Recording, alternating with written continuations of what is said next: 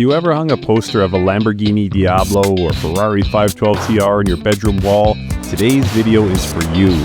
A beloved mod pack for Assetto Corsa featuring the Ferrari 512 TR, Lamborghini Diablo VT, Dodge Viper RT10, Corvette ZR-1, Porsche 993-911, the 993-911 Turbo, and the Diablo SE30 Jota has just received its first major physics update since 2020.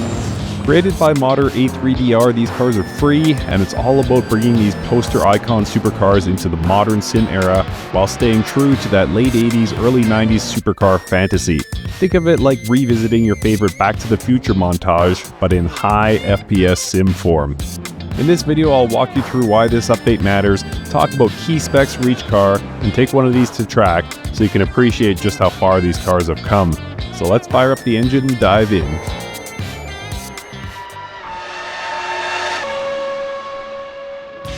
For years, these mods have sat in the good but dated category. The visuals are fun, the roster nostalgic, but the physics felt frozen in time. So what has changed? Well, suspension and tire improvements, power delivery tweaks, braking and aero updates. In short, these cars drive now more like they should have always driven, and that matters a lot in sim racing. Because we're not just chasing straight line poster value, we're chasing feel, control, and connection. For an audience who may have listened to cassette mixes, watched Top Gear on VHS, or raced on wheel and pedals long before in-home VR was a thing, this is a chance to relive that era and introduce it to newer racers. Now let's break down the specs for each car group so you'll know what's under the hood before you hit the track. Now let's start with the king of the wall poster supercars. The 512 TR packs a 4.9-liter flat 12, producing around 430 horsepower with a top speed nearing 195 miles an hour. Driving one now in Assetto Corsa with the updates feels firmer through the mid-corner with less wiggle on exit. We also have the Diablo VT carrying a massive V12 making 486 horsepower.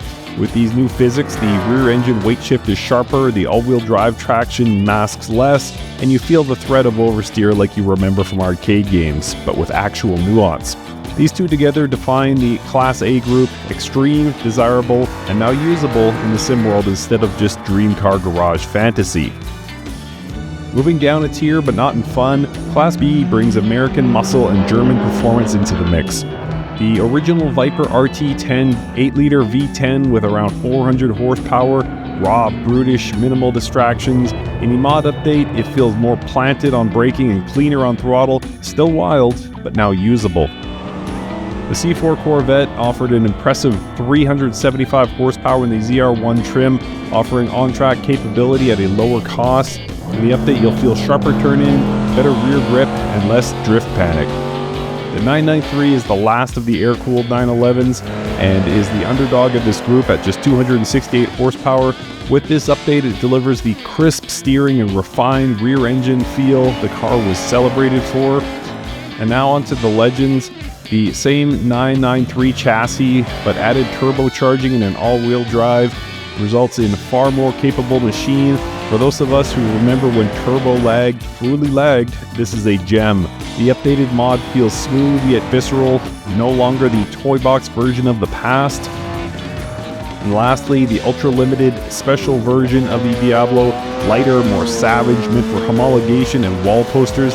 The spec was close to 600 horsepower with a dry weight of around 1,450 kilograms. In the mod update, it's tight in the steering, fierce on throttle, and feels worthy of a 90s Need for Speed cheat code unlock. These cars complete the roster. Almost. There's a few bonus versions included that I'll let you discover for yourself. If you grew up playing the original Need for Speed, these cars are part of your DNA. If you're new to sim racing, think of this as a curated museum of supercars with real weight, real feel, and real usability. No arcade cheat needed. So whether you're nostalgic or new, there's value here. And now you get to drive it instead of just dreaming it. Here's the takeaway. The update by A3DR doesn't just patch old mods, it revitalizes them. It's a free download and a roster packed with supercars, and it's what we've all dreamed about for a very long time. Hit like if you enjoyed this deep dive, subscribe for more mod showcases, and drop a comment below with your favorites. Now let's get on track. Alright, so here we are, about ready to start this 6-lap race here at Castle Coombe. Clutch is out, grip is scarce. Saw that Viper dancing there on the start-finish line. We are finally away. Oh, little venture into the grass in a car that you really don't want to do that in. This can be a scary machine, this Diablo. Oh, come on, Mike. Come on, Mike. Come on, Mike. Try and get by the Porsche here. Corvette on my left. That Porsche, I think, backed out. So I should have this position. There we are. Nice green Diablo there. I don't even know if that was a real color. I don't think I've ever seen the Diablo in that color. But looks gorgeous just the same. It would take something like pink polka dots to make the Diablo look ugly, though, to be fair. Yellow Porsche on my left there. Whoa. Gotta be very mindful. I'm basically going between second and third here in this Diablo. This is meant for a lot longer circuits, I think, or longer straightaways anyway, to really open this thing up, especially in the modified version that is also available for free, that SE30. Man, that thing can fly. And this guy here, also very quick. Trying to survive that corner. There we are. Looks like we got a pretty good run here on the fellow Diablo. Gonna brake nice and early, bleed out that speed. This isn't a GT3 car or something where you can just slam on the brakes and let the electronic systems do their thing. You really gotta watch it. Although A3DR has done such a fantastic job with this update. Boy, do these cars feel a lot more confident, a lot more realistic in my opinion. Have I ever driven them to prove this? No, of course not. This is just what I think would feel realistic if you were driving such a car. But yeah, it's very responsive, feels nice. It punishes you for doing too much in it. You have to remember the era of car you're driving and kind of shift your perspective. And I mean, compared to modern cars, the performance is not all that impressive. Like, you know, the 0 to 60 time in a lot of these cars, not the Viper so much, but like the, I guess the older Testarossa. I was thinking like the original Testarossa and the Countach. Those were like in the 5 to 6 second range, 0 to 60, and you can go to your local Toyota dealership now and get something in that range. I guess these in the 90s were a little bit faster, but it's still, compared to like a SF90 or a modern McLaren or something like that, these cars are comparatively very slow. So you have to kind of adjust your mindset to what these cars are. But when you do, they're a whole lot of fun. They truly are. And by the way, these two cars here, the Viper that I'm about to overtake and this Corvette coming up, I mean, this was just the epitome of American awesomeness in the 90s. I actually had a friend who's, I'll just say a family member, actually owned a Viper RT10. I thought it was the coolest thing in the world just to stand next to that thing. And I never got to drive it, never even got to ride in it, but he had it in his garage. And yeah, it was just the coolest thing. 400 horsepower in a time where 400 horsepower was exceedingly rare. Again, with the Toyota dealership reference, you go to a Toyota dealership now, and they've probably got something on the lot that's meant to carry families that comes in at 400 or more horsepower. But at the time, man, that 8-liter V10, ooh, what a monster. But the GTS was the version I really wanted. That thing was just cool. Alright, so we're in second place now. We've got a massive gap to the car in front. Let's see if we can rein that in. 9.5 seconds is the gap to the car in front. We'll see if we can catch him. We've got just 2 laps to do so. 2.5 laps, I suppose. We've trimmed out just about a second. So he's running fast, but he's not running away. Come on, Mike. Push. This will give me a chance to get really in tune with the physics of the car, understand what it's doing.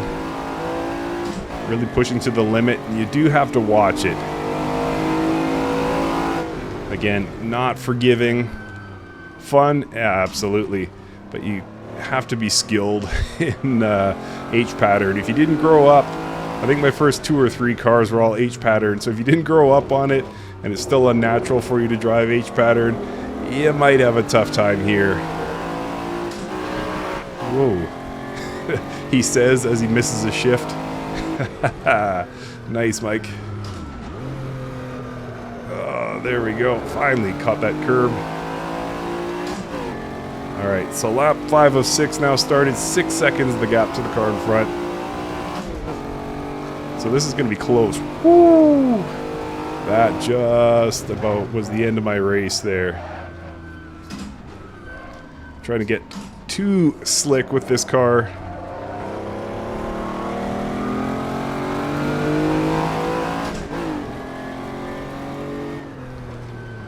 Come on, Mike. And the stiff suspension here, if you take that corner, that chicane rather, in the Porsche, it does this cool bouncing effect. They've absolutely nailed the suspension as A3DR and team. There we go. We're caught up almost to that Diablo. Ooh. Let's see how close we can get here.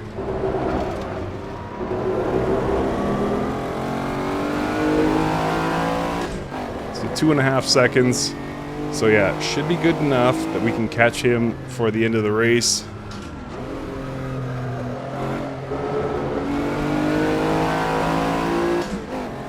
Question is, where do I attempt the overtake?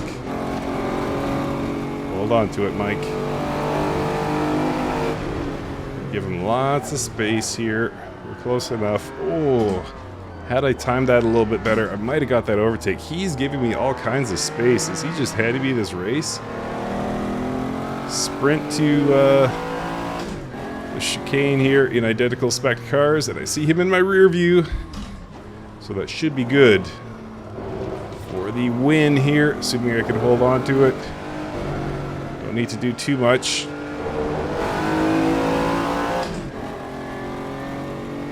Yeah. Love it. Whoa.